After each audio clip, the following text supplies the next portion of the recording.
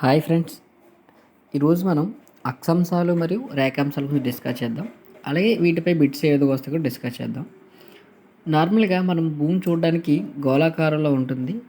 అయితే ఈ భూమిని మనం ఈ అక్షాంశాలు రేఖాంశాలు బట్టి ఏ ప్లేస్ ఎక్కడ ఉందో, అలాగే కరెక్ట్గా ఐడెంటిఫై చేయడానికి మనకి అక్షాంశాలు రేఖాంశాలు చాలా బాగా ఉపయోగపడతాయి.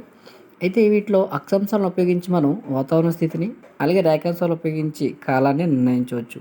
అయితే ఇప్పుడు మనం ముందుగా అక్షాంశాల గురించి డిస్కస్ చేద్దాం. భూమి చూడడానికి ఈ విధంగా గోళాకారంలో ఉంటుంది, అంటే కొద్దిగా ఓవెల్ షేప్లో ఉంటుంది, ఇలా రౌండ్ కాకుండా. భూమిని రెండు సమాన అర్ధ భాగాలుగా మధ్యలో ఒక భూమధ్య రేఖ అనేది డివైడ్ చేస్తుంది. ఆ భూమధ్య రేఖ అనేది ఒక లైన్ కాదు, ఒక వృత్తాకారం అన్నమాట. అంటే ఇటువైపు ఎలా ఉందో భూమి చుట్టూ భూమధ్యగా ఒక రేఖ గీయడం ఎలా ఏర్పడుతుందంటే ఒక వలయాకారంలో ఏర్పడుతుంది, అంటే వృత్తాకారంలో ఏర్పడుతుంది అన్నమాట. ఈ విధంగా భూమధ్య రేఖగా గీయబడిన రేఖ భూమిని రెండు సమాన అర్ధ భాగాలు డివైడ్ చేస్తుంది. ఈ భూమధ్య రేఖ 0 డిగ్రీల అక్షాంశం ఏమంటారండి? ఈ భూమధ్య రేఖ 0 డిగ్రీల అక్షాంశం లేదా గ్రేట్ నికోబార్ అని కూడా పిలుస్తారు. గ్రేట్ నికోబార్ అంటే గ్రేట్ సర్కిల్, అంటే పెద్ద వృత్తం అని అర్థం అన్నమాట. అంటే భూమధ్య రేఖ అంటే మధ్యలో చుట్టూ చేస్తాం కదా, దాన్ని గ్రేట్ సర్కిల్ అంటాం. ఈ విధంగా చూడండి, అటువైపు కూడా ఈ విధంగా ఉంటుందన్నమాట భూమధ్య రేఖ అనేది. ఇప్పుడు ఈ భూమధ్య రేఖ అనేది ఈ భూమిని రెండు భాగాలుగా విడదీస్తుంది. ఈ భూమధ్య రేఖ పైనున్న భాగాన్ని ఉత్తరార్ధగోళం అని, ఈ భూమధ్య రేఖ కిందనున్న భాగాన్ని దక్షిణార్ధగోళం అని పిలుస్తారు. ఈ భూమధ్య రేఖ చివరిన 0 డిగ్రీ అంటే ఉత్తర ధ్రువం అంటారు. పైన అంటే మనకి ఈ ఫోల్డ్ చూసుకునేటి ఉత్తర ధ్రువం, దక్షిణం, ఉత్తరం, దక్షిణం. దీనికి రైట్ సైడ్ ఏమో తూర్పు, ఇటు సైడ్ ఏమో పడమర. ఈ విధంగా మనం భూమికి దిక్కులను చూసుకున్నట్లయితే ఇప్పుడు ఈ ఉత్తర ధ్రువం చివరిన కార్నర్ 0 డిగ్రీల రేఖాంశం. ఇదేంటంటే 90 డిగ్రీస్ అక్షాంశం. ఇక్కడ కూడా 90 డిగ్రీస్. మధ్యలో ఉన్నది అయితే 0 డిగ్రీల అక్షాంశం, పైన ఏమో 90 డిగ్రీస్, కింద ఏమో దక్షిణ అక్షాంశం. ఇప్పుడు భూమధ్యకి పైన ఉత్తరార్ధగోళం, కిందనేమో దక్షిణార్ధగోళం అని పిలుస్తాం. అయితే మన ఇండియా అనేది ఉత్తర ధ్రువం దక్షిణ ధ్రువం ఎక్కడ ఉందంటే ఉత్తర అర్ధగోళంలో ఉందన్నమాట. ఇప్పుడు ఈ 0 డిగ్రీ పైన 23 డిగ్రీల ఉత్తర అక్షాంశాన్ని కర్కట రేఖ అని పిలుస్తారు. ఏమని పిలుస్తారండి? కర్కట రేఖ అని పిలుస్తారు. అదేవిధంగా ఈ 0 డిగ్రీల దక్షిణంగా 23 డిగ్రీల దక్షిణ అక్షాంశాన్ని మకర రేఖ అని పిలుస్తారు.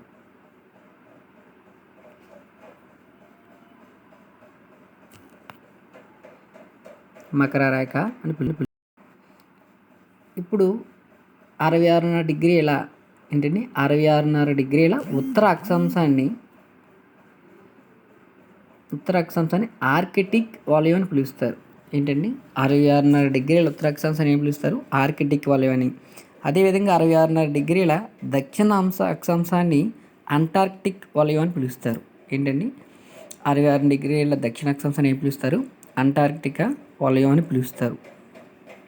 అదేవిధంగా 90 డిగ్రీస్ ఉత్తర అక్షాంశం, అంటే చివరిలో 90 డిగ్రీస్ ఉన్న ఉత్తర అక్షాంశాన్ని ఉత్తర ధ్రువం అని ఏం పిలుస్తారండి? 90 డిగ్రీస్ ఉత్తర అక్షాంశాన్ని ఏం పిలుస్తారు? ఉత్తర ధ్రువం అని.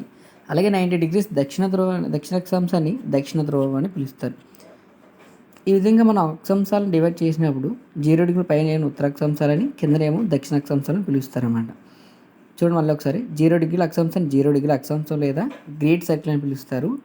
అదే విధంగా ఇటు సైడ్ తూర్పు సైడ్ అన్నమాట 23 డిగ్రీ, ఇటు సైడ్ పడమర, 23 డిగ్రీల ఉత్తర అక్షాంశాన్ని కర్కట రేఖ, అదేవిధంగా 23 డిగ్రీల దక్షిణాంశాన్ని మకర రేఖ, 66 డిగ్రీల ఉత్తర అక్షాంశాన్ని ఆర్కిటిక్ వలయం, అదేవిధంగా 66 డిగ్రీల దక్షిణ అక్షాంశాన్ని అంటార్కిటిక్ వలయం అని పిలుస్తారు. 90 డిగ్రీస్ ఉత్తర ధ్రువం, దక్షిణ ధ్రువం ఈ విధంగా డివైడ్ చేయడం అనేది అక్షాంశాలు డివైడ్ చేస్తారు. ఈ అక్షాంశంగా మనం వాతావరణ యొక్క శీతోష్ణ తెలుసుకోవచ్చు.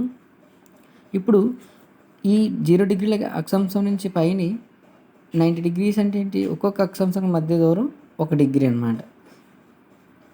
చూడండి ఒకసారి, ఇప్పుడు 0 డిగ్రీస్ 90 డిగ్రీస్ మొత్తం ఎన్ని డిగ్రీస్ చూడండి. అంటే 0 డిగ్రీ నుంచి 90 డిగ్రీస్ మొత్తం ఏమో 90 అక్షాంశాలు, అదేవిధంగా 0 నుంచి దక్షిణంగా 90 అక్షాంశాలు ఉంటాయి. మొత్తం అక్షాంశాలు ఉత్తరార్ధగోళంలో 90 అక్షాంశాలు, దక్షిణార్ధగోళంలో 90 అక్షాంశాలు, అలాగే మరియు భూమధ్యరే ఒక్కొక్కటి. మొత్తం 90 + 90 + మొత్తం అంతండి 181 అక్షాంశాలు. బిట్ ఏంటంటే మొత్తం అక్షాంశాలు ఎన్ని అని అడుగుతాడు. మొత్తం ఏంటండి 181 అక్షాంశాలు. చూడండి 23.5 డిగ్రీల జీరో ఇక్కడ మధ్యలో ఉంటాయి 23 అక్షాంశాలు ఉంటాయి. అదేవిధంగా 0 నుంచి 90 డిగ్రీస్ అని మొత్తం ఉత్తరార్ధగోళంలో ఉంటే 90 అక్షాంశాలు అంటే 90 అక్షాంశాలు ఉంటాయి. అదేవిధంగా దక్షిణార్ధగోళంలో కూడా మళ్ళీ 90 డిగ్రీస్ అంటే మొత్తం ఒక్కో డిగ్రీ ఒక్కొక్క అక్షాంశం అయినా మొత్తం 90 అక్షాంశాలు ఉంటాయి. ఈ విధంగా మొత్తం అక్షాంశాలు ఏంటండి ఉత్తరార్ధగోళంలో 90, దక్షిణార్ధగోళంలో 90 మొత్తం కలిపి 181. ఇప్పుడు ఒక అక్షాంశానికి మధ్య దూరం అంటే మొత్తం 181 అక్షాంశాల్లోని ఒక అక్షాంశానికి మధ్య దూరం ఎంత అంటే అక్షాంశానికి మధ్య దూరం ఎంతండి 111 కిలోమీటర్లు. ఎంతండి 111 కిలోమీటర్లు లేదా 96 మైళ్ళు. మైళ్ళు అంటే ఒక మైల్ అంటే 1.6 km అనమాట. ఈ విధంగా బిట్ అయినప్పుడు 111 కిలోమీటర్లు లేదా 96 మైళ్ళుగా మనం చెప్పవచ్చు. ఇప్పుడు అయిన రేఖామండలం అంటే ఈ అక్షాంశాలని అయిన రేఖామండలం అని పిలుస్తారు. అయితే కర్కట రేఖకు మకర రేఖకు మధ్య ఉన్న ప్రాంతాన్ని అయిన రేఖామండలం లేదా అయిన రేఖ శీతోష్ణస్థితి అని పిలుస్తారు అన్నమాట. అయిన రేఖలు ఏంటి అని అడిగినప్పుడు కర్కట రేఖ మరియు మకర రేఖల మధ్య ఉన్న ప్రాంతం మొత్తం ఏం పిలుస్తారు? అయిన ప్రాంతం అంటారు. అయిన రేఖలు ఏంటండి కర్కట రేఖ మకర రేఖని అయిన రేఖలు అని పిలుస్తారు. ఇప్పుడు రేఖాంశాల గురించి డిస్కస్ చేద్దాం. రేఖాంశాలని నిలువుగా గీయబడిన వాటిని రేఖాంశాలు అని పిలుస్తారు. అయితే భూమికి అడ్డంగా నిలువుగా గీయబడిన ఊహారేఖని అక్షము అని పిలుస్తారు. ఆ భూమధ్య రేఖని. రేఖాంశాలు నిలువుగా కాకుండా కొద్దిగా వంపుగా ఉంటాయి అంటే వలయాకారంలో ఉంటాయన్నమాట.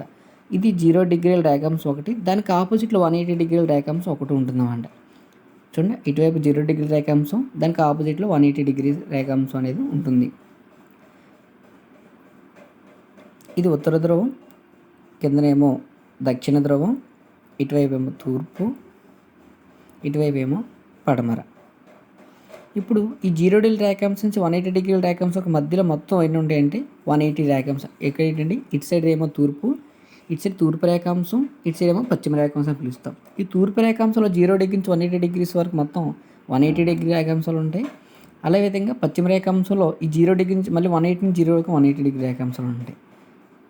ఇప్పుడు చూడండి ఈ మొత్తం ఇటు సైడ్ 180 రేఖాంశం అంటే 180 రేఖాంశాలు, పశ్చిమ వైపు ఏమో 180 రేఖాంశాలు. మొత్తం రేఖాంశాలు ఏంటంటే ఇటువైపు 180 అటువైపు 180 మొత్తం 180 ప్లస్ 180 మొత్తం ఎంతండి 360 రేఖాంశాలు. బిట్ ఏంటంటే మొత్తం రేఖాంశాలు ఏంటంటే 360 రేఖాంశాలు. ఈ విధంగా మనం రేఖాంశాలు చేయొచ్చు. రేఖాంశాలను ఇంకొక రేఖాంశం ఇలా డ్రా చేసుకున్నప్పుడు ఇటువైపు మొత్తం 180 ఉంటాయన్నమాట. రేఖాంశాలు ఇలా వలయాకారంలో ఉంటాయి. అంతే రేఖాంశాలని అర్ధ వలయాకారంలో ఉంటాయండి. రేఖాంశాలు ఏ రూపంలో ఉంటాయి అనేది బిట్ ఏంటండి అర్ధ వలయాకార రూపంలో ఉంటాయి. ఈ విధంగా ఇటువైపు ఏమో 180 రేఖాంశాలు, ఇటువైపు ఏమో 180 రేఖాంశాలు ఇలా నిలువుగా డ్రా చేయబడి ఉంటాయి. మొత్తం రేఖాంశాలు 360 రేఖాంశాలు. అయితే ఇప్పుడు రేఖాంశాలు చూడండి మధ్యలో ఉన్న భూమధ్య రేఖ దగ్గర అయితే అక్షాంశాలన్నీ ఒకదానికొకటి సమానంగా ఉంటాయి కాబట్టి అక్షాంశానికి మధ్య దూరం 111 కిలోమీటర్. కానీ రేఖాంశాలు ఇక్కడ భూమధ్య రేఖ ఉన్న ప్రాంతంలో ఇటు సైడ్ చూడండి చివరికి వచ్చే వరకు రేఖాంశాల మధ్య దూరం తగ్గుతూ ఉంది. ఈ విధంగా ఇలా తగ్గడం వల్ల వాటి మధ్య దూరం ఒకేలా ఉండదు. భూమధ్య రేఖ ఉన్న ప్రాంతంలో రేఖాంశానికి మధ్య 111 కిలోమీటర్లు. చూడండి భూమధ్య రేఖ ఉన్న ప్రాంతంలో అయితే రేఖాంశాల మధ్య 111 కిలోమీటర్లు. అలా పైకి వెళ్ళినప్పుడు కానీ కిందికి వెళ్ళాడు కానీ రేఖాంశాల మధ్య దూరం తగ్గుతూ ఉంది. సో రేఖాంశాల మధ్య దూరం ఒకేలా ఉండదు అన్నమాట. భూమధ్య రేఖ ఒకలా ఉంటుంది, చివరికి వచ్చే వరకు వాటి మధ్య దూరం తగ్గుతూ ఉంటుందన్నమాట. బిట్ ఎలా అడుగుతుంటే భూమధ్య రేఖ ప్రాంతంలో రేఖాంశాల మధ్య దూరం ఎంత అంటే 111 కిలోమీటర్లు. అలాగే ఒక రేఖాంశం నుంచి జరగడానికి పట్టే సమయం 4 నిమిషాలు. అంటే సూర్యకిరణాలు కానీ భూమి తన స్థితి 1 డిగ్రీ మారడానికి కానీ పట్టే సమయం ఎంతండి 4 నిమిషాలు అన్నమాట. బిట్ ఎలా అడుగుతాడంటే రేఖాంశం మారడానికి పట్టే సమయం ఎంత 4 నిమిషాలు.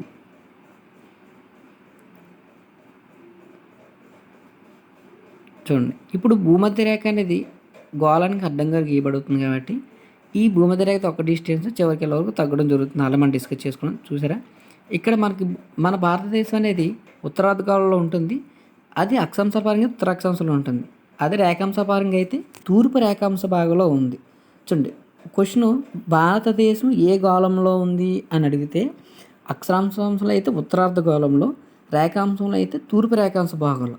మొత్తం భారతదేశం ఎక్కడ ఉందంటే ఉత్తరార్ధగోళ తూర్పు రేఖాంశ భాగంలో ఉందన్నమాట. ఏంటండి, భారతదేశం ఏ ఏ ప్రదేశంలో ఉందంటే ఏమంటారు అదని ఉత్తరాక్షాంశ తూర్పు రేఖాంశ భాగంలో ఉందన్నమాట. ఈ విధంగా భారతదేశం ఎక్కడ ఉందంటే మనం దాన్ని మెన్షన్ చేయొచ్చు. ఇప్పుడు మొత్తం రేఖాంశాలు ఎన్ని 360. మొత్తం రేఖాంశాలు ఎన్ని 360. అయితే ఒక రేఖాంశానికి పట్టే సమయం 4 నిమిషాలు. అలా అయితే 360 నిమిషాలు తిరగడానికి పట్టే సమయం ఎంత అవుతుందండి?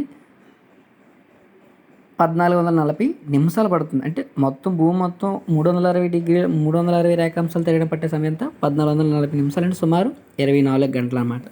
ఈ 24 గంటలనే మనం ఒక్కొక్క గంటను ఒక్కొక్క కాలమండలం చొప్పుని మొత్తం 24 కాలమండలాలకు మనం డివైడ్ చేయడం జరుగుతుంది అన్నమాట. అంటే భూమి తన చుట్టూ తను తిరగడం పట్టే సమయం ఎంత? 24. సో చూడండి, 24 గంటలు అంటే మొత్తం కాలమండలాలు 24 బిట్లు కూడా ఎవరైతాయంటే మొత్తం కాలమండలాలు ఎన్ని? 24. అంటే ఒక గంటకి మొత్తం ఎన్ని కాలమండలాలు తిరిగినట్టు? 15. అంటే ఒక గంటకి 15 రేఖాంశాలు అంటే ఒక రేఖాంశం 4 డిగ్రీలు. సో 15 రేఖాంశాలు అంటే 15 × 4 60 నిమిషాలు. సో ఒక గంటకి 60 నిమిషాలు కాబట్టి ఒక గంటకి ఎన్ని రేఖాంశాలు తిరుగుతుందంటే 15 రేఖాంశాలు మూవ్ అవుతున్నాయి అన్నమాట. ఈ 0 డిగ్రీల రేఖాంశాన్ని గ్రీనిచ్ రేఖాంశం అని పిలుస్తారు. 0 డిగ్రీల రేఖాంశాన్ని ఏం పిలుస్తారండి? గ్రీనిచ్ రేఖాంశం అని.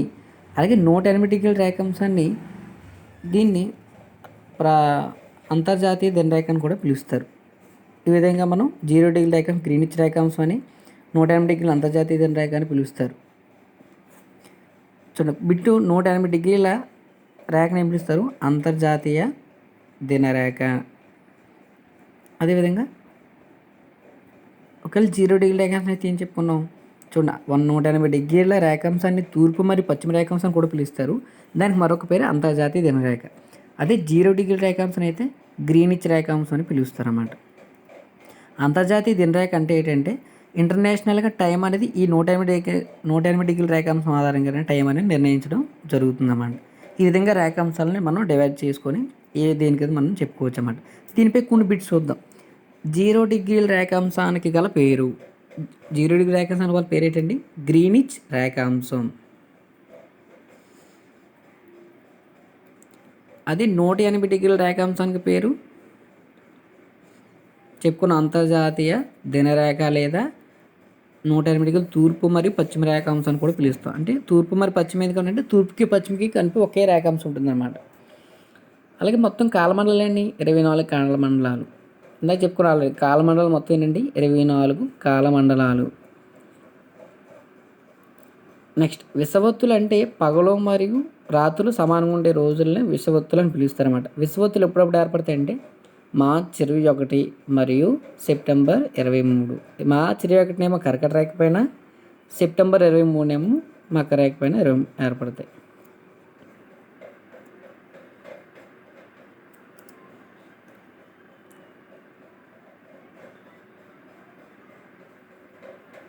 అయితే సూర్యకిరణాలు ఒక రేఖాంశం నుంచి మరొక రేఖాంశం పట్టే సమయం అంతా మనం చెప్పుకున్నాం ఆల్రెడీ. సూర్యకిరణాలు ఒక రేఖాంశం ఇంకో రేఖాంశం కింద 4 నిమిషాలు. అదే సూర్యకిరణాలు భూమి మీద పడడానికి సమయం అయితే 8 నిమిషాలు అన్నమాట. చూడండి, భారతదేశం గుండా పోయే రేఖాంశం అంటే మన భారతదేశం ఒక ప్రామాణిక రేఖాంశం టైం అదేంటంటే 82.5 డిగ్రీల తూర్పు రేఖాంశం. అంటే మన భారతదేశం తూర్పు రేఖాంశం భాగంలో ఉంది కాబట్టి 82.5 డిగ్రీల తూర్పు రేఖాంశం మన భారతదేశం గుండా పోతుంది. అయితే ఈ రేఖాంశం పోయే రాష్ట్రాలు ఏంటంటే ఉత్తరప్రదేశ్, ఒరిస్సా, మధ్యప్రదేశ్,